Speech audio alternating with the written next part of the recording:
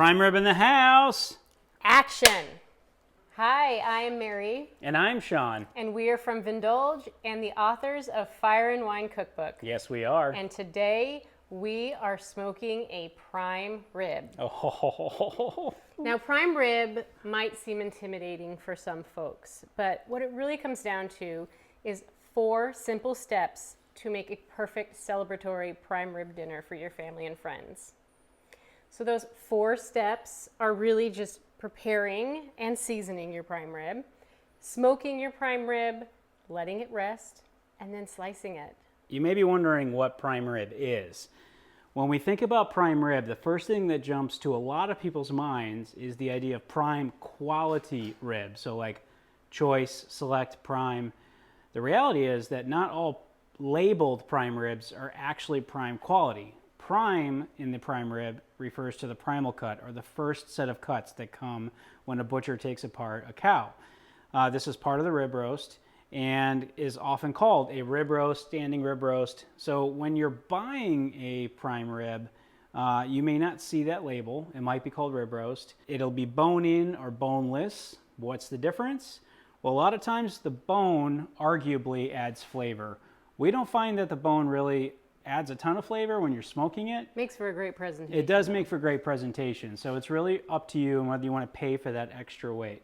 So really when it comes down to what you're looking for, you're buying a standing rib roast or rib roast. It might be prime in the select, choice, and prime category. We have the great fortune of using a Snake River Farms American Wagyu, which is even higher than prime.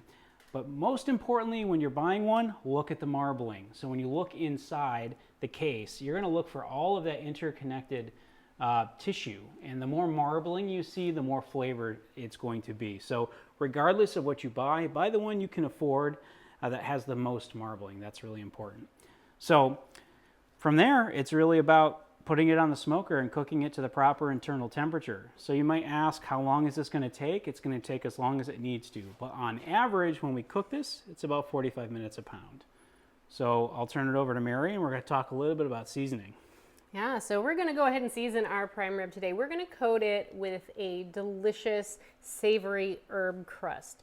Our herb crust today is going to consist of lots of fresh herbs. We are going to use lots of sage, rosemary, thyme, and then we're also going to add some shallots for flavor and for acidity, and garlic, because everything's better with garlic. Now, really the amount of rub you're going to need is going to be based on how big your prime rib is. We've got about a 6-pound prime rib there, so we're going to make a lot of this paste. So we've got, as she said, about a 6-pound rib roast. And it's got some beautiful marbling. You can see a little bit of this fat layer in here. I am simply going to look and see if there's any extra fatty pockets here that we just don't want. And I'm just going to simply remove it. There might be some silver skin. So I'm just removing a little bit, not a whole lot, just a little bit to make sure that all that delicious flavor is on there. Really simple trim. This thing's ready to go. This is just smelling amazing. I'm removing the stems because those can get a little woodsy, but other than that, this really comes together really quickly. And then I'll add more as I start pulsing.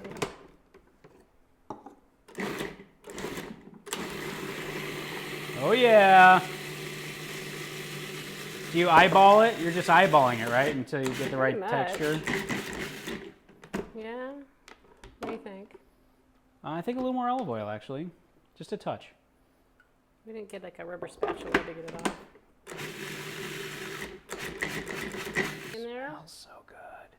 Okay, so we are just going to take this directly from here and put it straight onto that prime rib.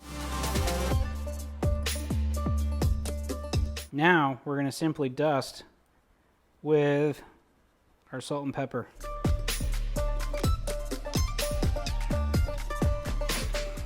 We're just going to rub that in there. You can see that with all this olive oil in the paste, it helps it stick a little better. Make sure we get all the sides and the bottom. So why wouldn't we just add the salt and pepper to the paste? You could, but honestly, it's just nice to kind of eyeball it all around the meat because a lot of times you're just going to under-season it if it's just in the paste. So now it's ready to go. So we're just going to place this straight on the smoker, yep. Just right on the smoker, just like that. All right, let's make that happen. Let's do it. Now it's time to get it on the smoker, and today we're using our Mac 2-Star General pellet grill. We're going to be smoking this at 250 degrees. We're placing this directly in the middle. What's really nice about the Mac 2-Star is you've got an adjustable thermostat that allows us to track the temperature right next to the rib roast. We also have this probe that we're going to put right inside. So this probe is important because we're going to be able to track the internal temperature of the center of this rib roast, which is the most important thing. When we're cooking this, we're cooking it to temperature, not time. Now we plan roughly 45 minutes a pound just for planning purposes, but we're going to be cooking this to a top end of rare, so 130 degrees Fahrenheit. Now the outer side is always going to cook a little bit faster, so we really want to get the temperature of the inside. So now that the probes are in there, we're going to close this and we're going to smoke it. Again, this is about 6 pounds, so roughly 4.5 hours or so. And we also are going to use an instant read thermometer throughout the cook just to kind of do our own temperature probing throughout the cut.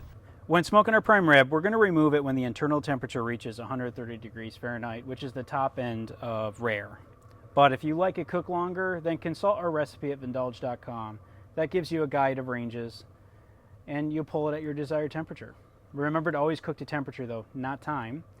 And again, plan 45 minutes per pound-ish, and then use that instant read thermometer to check throughout. Let's take a peek. Oh, look at that color.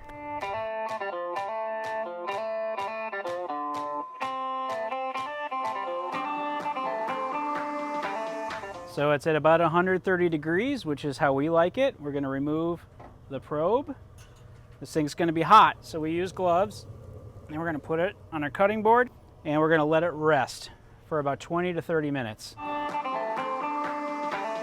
Oh, yes. That's looking amazing. Doesn't it? So this came off the smoker. We've let it rest for 30 minutes.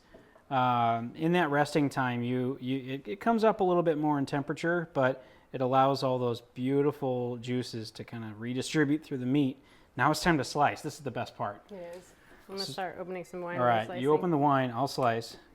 So typically when we're slicing up our rib roast, we're looking at about a 1-inch slice. Oh yeah, look at that.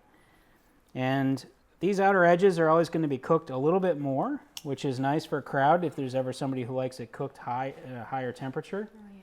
Yes, a nice pink in there all the way around. Oh, that's beautiful. You got the nice crust. And then for my mom who likes it a little more well cooked, yes. You can give her the end piece. So that's why we take the temperature on the inside, because we like ours rare. These are more medium on the outer edge, so this gives like the best of everything. Yeah, so great. So for the folks that want it a little more cooked, you just give them an end piece. Oh man, you can add a little compound butter. I don't think it needs it, to be honest. Oh, it smells so good. It smells smoky. Just a nice light smoke flavor. It's got the herbal characteristics of all of that herb. That beautiful herb crust. I can't wait to eat that. It's gonna go great with wine too. Yeah. What do we got here? So for prime rib, this is where I really like to go big. This is when I open up those Cabernet Sauvignons. Also, because of that herb crust and the smoky notes, I think this is fantastic for Syrah or even Rhone blends that are usually blends of Syrah, Grenache, and some other delicious red varietals. Nice. But for this, we're going kind of the best of all worlds. We're doing a blend, a Cabernet blend. So this is kind of a traditional Bordeaux style blend from Washington State. Washington has fantastic reds, and I think they go great. Whether it's a Merlot or a blend, they're going to be great for something like a prime rib. Yes, please. There you go, sir. Thank you. Might take one of these gloves off. We gotta cut open a slice of that. Nice. Cheers. Cheers. All right. I've been waiting for There you go. Get a little crust on it. Oh yeah, that's what I like. Okay.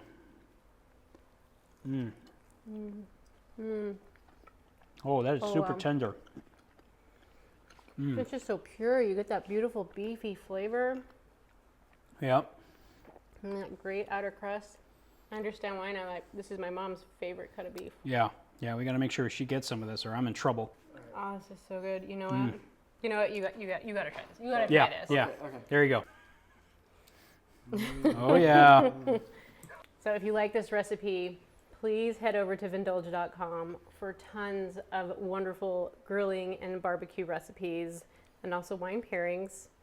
We at Vindulge are all about helping you create great food, drink great wine, and have really wonderful experiences outside with your friends and your family. Cheers. Cheers. Cheers. Thanks so much for watching. Thanks for watching. If you like what you saw and if you want more great grilling and barbecue recipes, go ahead and hit subscribe. And turn on notifications. Yeah, go hit that bell for notifications when the new videos drop.